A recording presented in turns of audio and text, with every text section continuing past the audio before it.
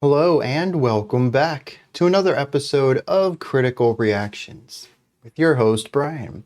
We're going to wrap up this week's theme of just having more representation on the channel, this time looking at a Brazilian death metal band fully comprised of women. We don't see a lot of women in metal, at least not on the channel. I know that we're seeing more women in metal in general, but we just don't seem to check out those bands too often for one reason or another.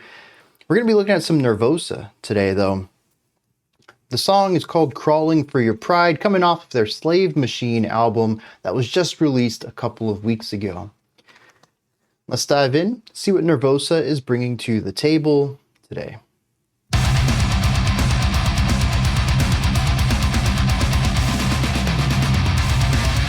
I was going to say it's just pedal tone, but now we got the riff against it.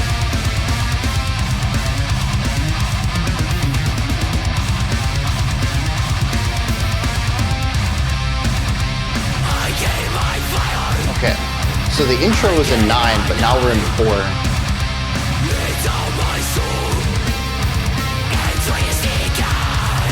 Oh, we do occasionally get that extended riff.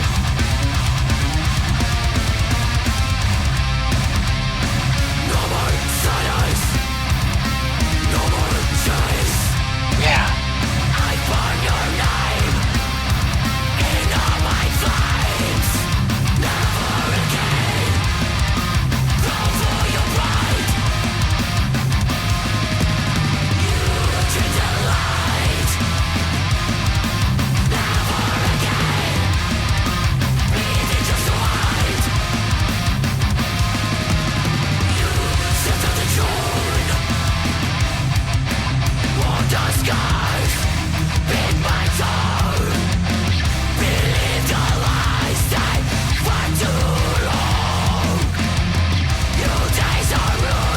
Drums are consistently evolving.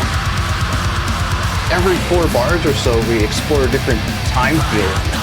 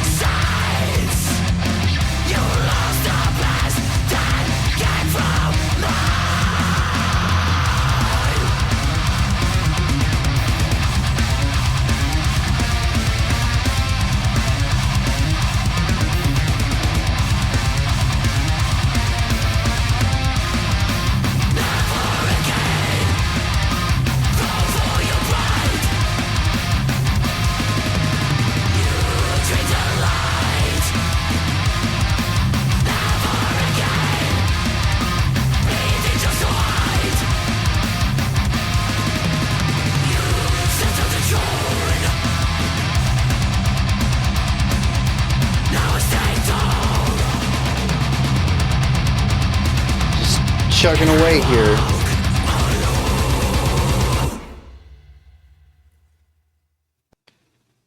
All right.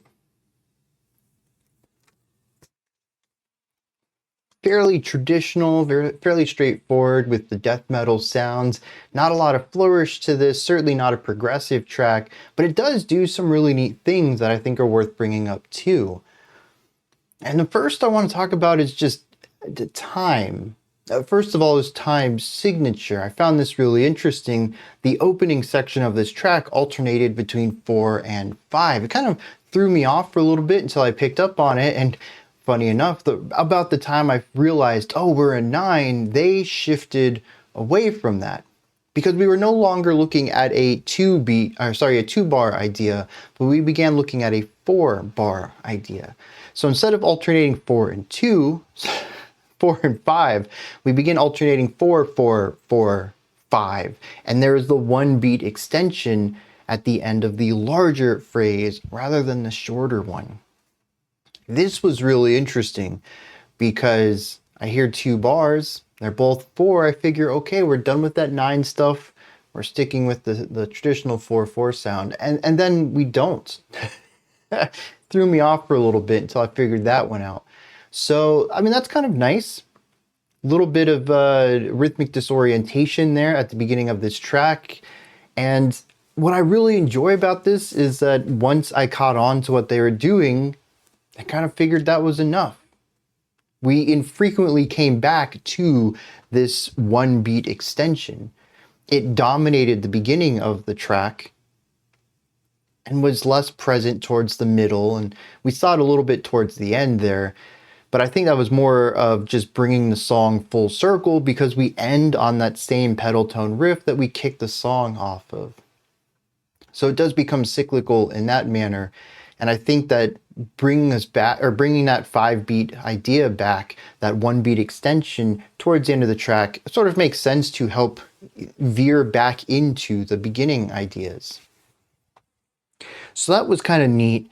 And it does have this feeling of, well, extension. I don't know what to read into that yet. I don't think much else of the song does anything with that. Harmonically, we aren't looking at anything that feels extended or withheld or off kilter even. A lot of the harmonic devices and riffs themselves feel pretty natural. It's just the rhythmic device that feels a little off-putting. So maybe there's something in the lyrics that kind of line into that, particularly at the beginning and end of the track. But there's also the time feels that are present in the drums. Despite the fact that there's so much 4/4 going on in the middle of this track, it is consistently changed, consistently reevaluated. We might have a slower 4/4 with just an accent on 2 and 4. Then we may put some double bass kicks alongside that, giving it a lot of energy and drive and momentum while still retaining that snare accent on 2 and 4, giving it the already forward momentum that it had. Other times we may shift into triplets on the bass kicks. There's snare rolls in here that push the song forward. It just felt like every 4 bars the drummer was changing up, double time, half time, triplets, just always finding a new way to introduce a feeling to the track. And this isn't really done through what I would call melodic drumming either. Every single one of these drum patterns is fairly mechanically based. It's looking at it from a role-based perspective. How do we portray time here? Not how do I tell a story musically through my drum kit. We still have a snare on 2 and 4 throughout most of this. Cymbal work is every other beat or every beat or twice a beat, but it's all very rigid. Its purpose is to create tempo, to create rhythm, to create fluidity with the temporal element. At no point in here do we have any wild syncopation. We don't have what I would call, again, melodic drumming, using different parts of the kit in order to kind of make a melody. Each of the drums are pitched to a certain note. The cymbals resonate with overtones, sure, but there's core notes at the center of these sounds. You can certainly play a melody out of the drums, but that's not what we get here. We get functional metronomic drumming throughout. It's just that the pattern itself changes frequently. Some of these sections feel slower, they feel faster, they feel more frantic. But they're always rigid in tempo. And I find this really interesting, especially when you bring in the temporal extension, that extra beat that occurs occasionally at the beginning and end of the track. We have something that, at least from the drummer's perspective, time is something you can rely on. The drummer never tries to trip you up with patterns, never tries to trip you up with syncopation or polyrhythms or polymeter. The drummer is a human metronome throughout most of this track, a metronome that plays around with time feel quite often, but is still a reliable metronome. And yet the music itself temporally tries to throw you off. It's an interesting division there, where the guitar riffs are kind of antagonistic to the rigidity and reliability of the drummer in understanding the temporal aspect of this song.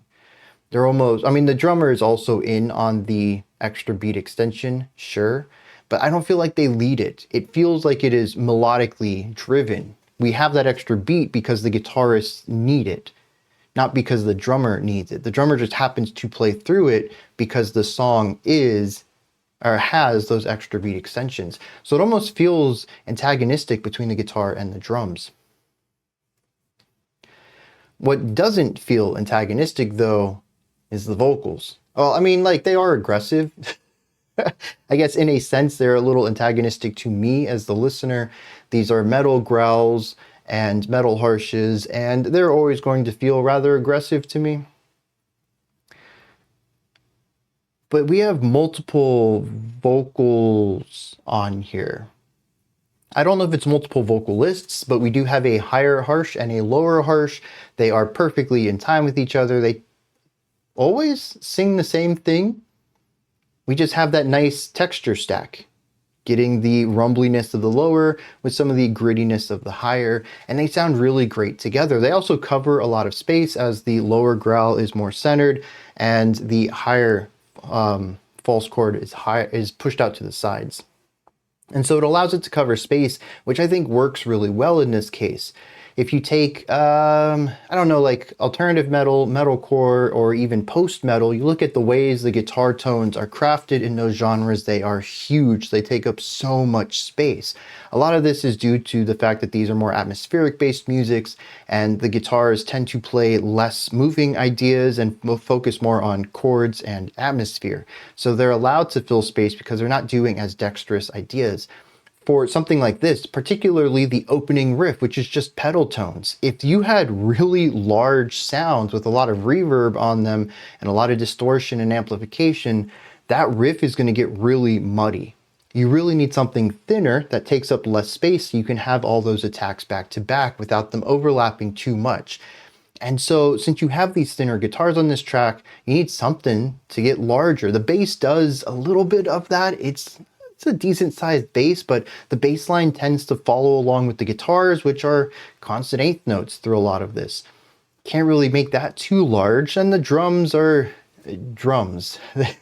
Drums have to have an immediacy to them, or it's going to have a completely different feel. I mean, big epic drums have a lot of reverb to them. They take up a lot of room. That's very different from metal drumming, which needs to have the immediacy to sell the aggression and intensity of the moment that metal does a phenomenal job of capturing. Well, you only have one instrument left, and that's vocals. And you can't really widen out growls too much, but you can layer them and place them in different parts of the sound sphere. So I think this was a really smart idea. I don't know which came first, if this is a band that really enjoyed layering harsh vocals and creating harsh harmonies, if you will, throughout their music, or if they needed to do it in a way to fill out space and make their songs sound a little less thin. But regardless, it is absolutely the right decision to do here, and it allows every instrument to fill a specific role without ever compromising the general integrity of the sonic profile. Very smart decision making here from the production side, but it also, I think, improves the song too. Vocal harmonies, particularly with harshes, are kind of rare. I think they're becoming more common these days, particularly with metalcore and alternative metal, taking more cues from pop music. So vocal layering and vocal stacking, even with one vocalist, is becoming more prominent in that realm. But something like this, something that just feels traditional death metal, looking back towards the past in composition and even in production, I'd say it's a little less common, maybe even a lot less common. And it works well here, though. I think it's a great decision, and it's one of the ways that I think this track is inspired by the past, but certainly makes modern death metal. As for the rest of the song, we have riffs in here. I'm not a riff guy. I think the riffs are fine. We started off with a lot of pedal tone, and I was a little worried about that, but quickly we put the riff against the pedal tone, and we got our chorus ostinato from the beginning of the track. We had a solid 4 riffs in here, which I think is pretty impressive for a track that's barely 3 minutes long. This kind of lines up a little bit with what the drummer's doing, and that there's just constant change. And I feel like the guitarists are in on that too. The guitar solo was nicely done, a little bit of showing off, but never becoming too much to bring the spotlight entirely on the guitarist. There's still some interesting drum things going on there that are played against the lead guitar riff or lead guitar solo. And it does push the song forward. I don't think I got too much narrative information in there. Harmonically, it's kind of matched up to the same chord progression we've seen this entire track. So it's not like it takes a moment to alter or contrast or play against or support or expand on any of the ideas. It feels like any other riff that was written, but instead of being a tight loop, it is a semi-lengthy linear idea. But it feels made up of the same backbone, the same blueprints as most of the riffs are. It's a solid solo. I'm sure other people are going to enjoy it more than I did. This kind of music is typically not my cup of tea, and this song doesn't really change too much of that. I'm, as you guys know, a bit more of a progressive metal guy. I come from the world of like jazz and classical, short riffs over and over and over. It's just not my cup of tea. But these guys do it very well, and I enjoyed the general intensity of this track. They kept the energy high and found ways to keep it interesting from moment to moment, and I give them props for that. Let's hit some lyrics on this one. This track is lyrically about giving up your own flame in order to brighten someone else's. It's about diminishing your own light for someone else in a negative fashion. A lot of the vocabulary here implies that the other person or group of people or whatever doesn't have our narrator's best interest at heart, and they weakened themselves to support something that would never support them. The chorus says, "Never again will I crawl for your pride. You drained the light from me." The opening verse indicates that this was given, not taken.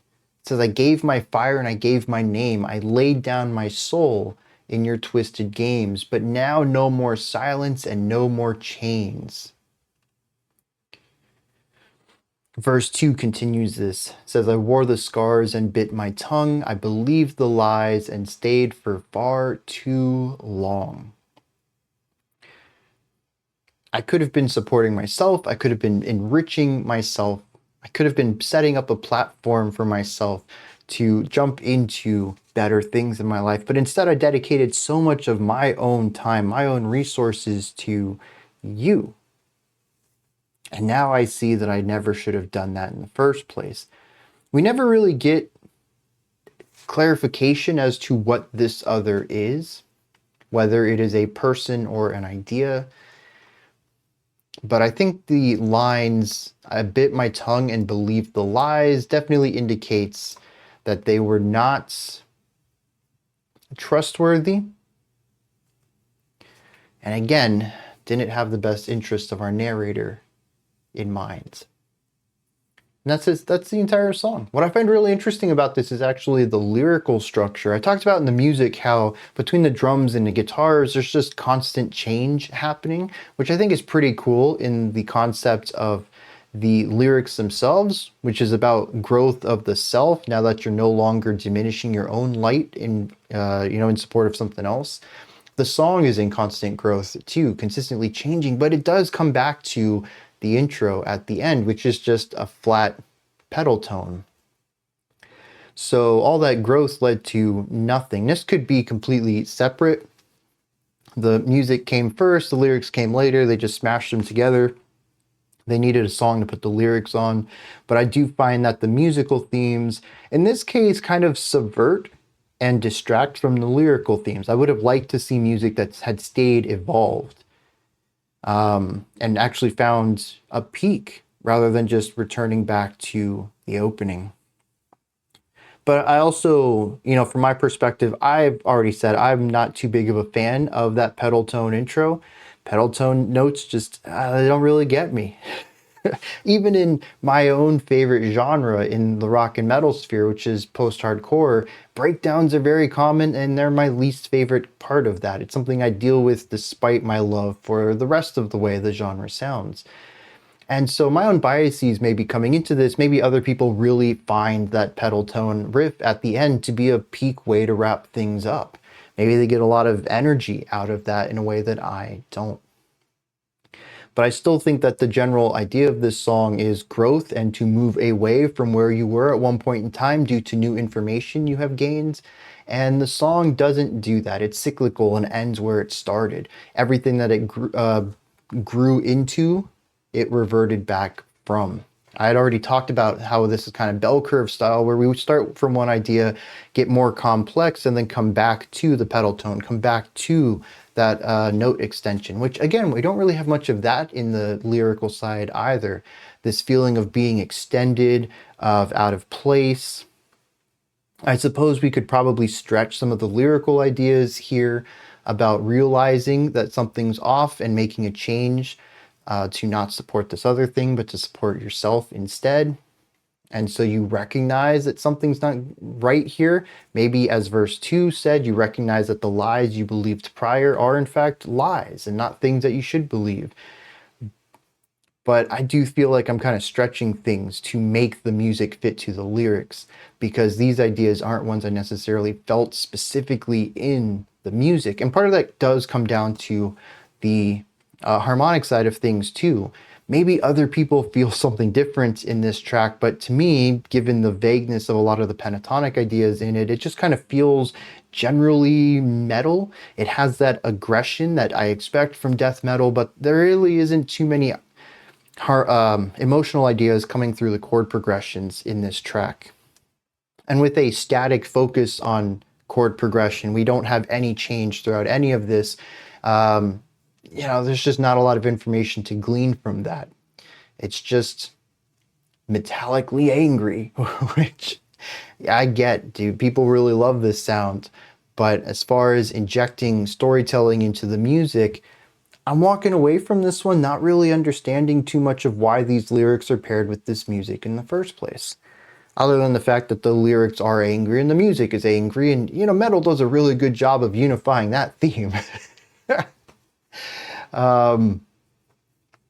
But again, this is me being a fish out of water. Despite listening to metal for 6 years now, this more extreme, I never listened to death metal before starting this channel. This is stuff that was very new to me half a decade ago, but it's still not a genre I find a lot of relationship to, this more standard traditional style of metal.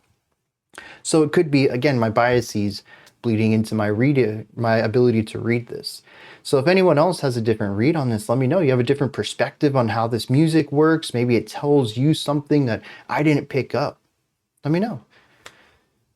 Put all those thoughts, ideas, whatever you want to add to the conversation into the comments section below, because these are just my thoughts for Nervosa's Crawling for Your Pride.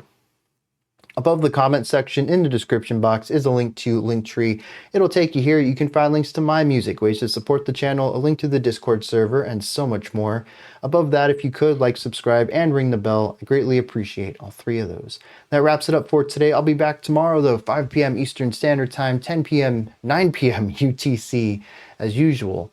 Until next time, remember to be critical, not cynical, of the music you listen to, and have a fantastic morning, afternoon, or evening, whenever you choose to watch my videos.